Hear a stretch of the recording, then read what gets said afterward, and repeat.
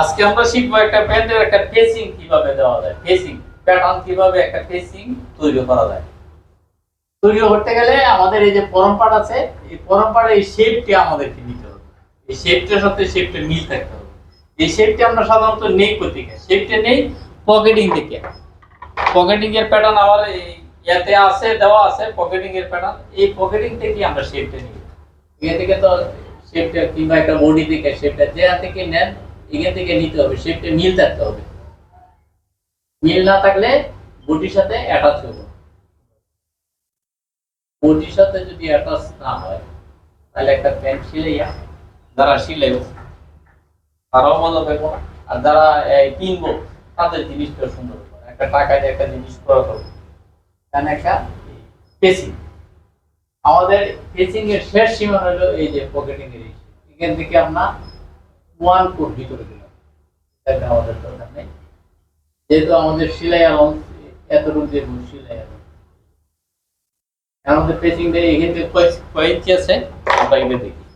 এখানে আমি কয় ইঞ্চি পাইছি, এখানে পাইছি 1 ইঞ্চি, এইখানে 1 ইঞ্চি, এটা সর্বশেষ করলে 1 ইঞ্চি।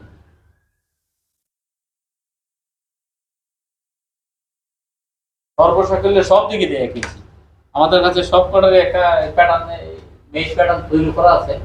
আমরা এটাতে দাঁড়িয়ে মিলে গেছে আমার থেকে আর ওই আগের থেকে।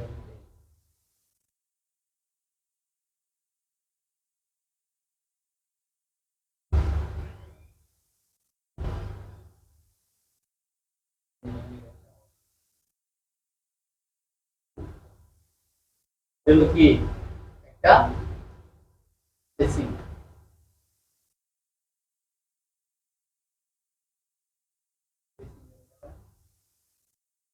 একটা ফেসিং এর প্যাটার্ন কতটুকু ইয়ে দিছি, 2 ইঞ্চি বা চওড়া দিলাম 6 ইঞ্চি, 1 ইঞ্চি 1 ফুট 6 ইঞ্চি, 6 ইঞ্চি দিছি।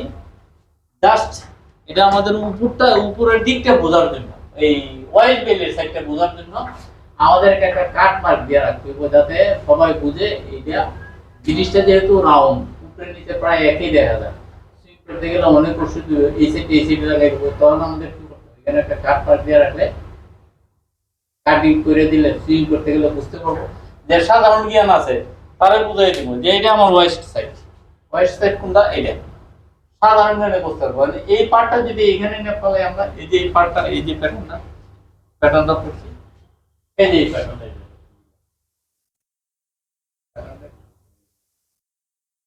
একটা ফেসিং একটা একটা পার্ট করে আমরা দেখাইতেছি, বিভিন্ন পার্ট এই প্রোফাইলে দেওয়া আছে, একটা একটা পার্ট করে